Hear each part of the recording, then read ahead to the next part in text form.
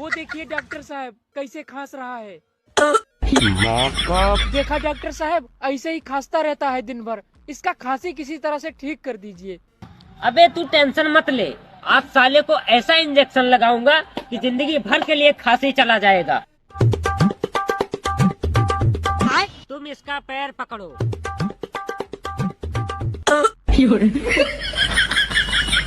साला तुमको पता था इतना खतरनाक खांसी है तो इसको बांध कर रखना चाहिए था।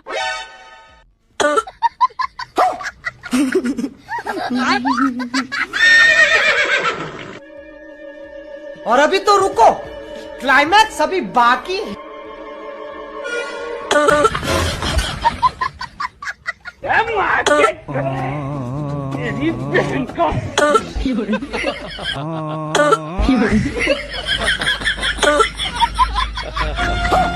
तारीफ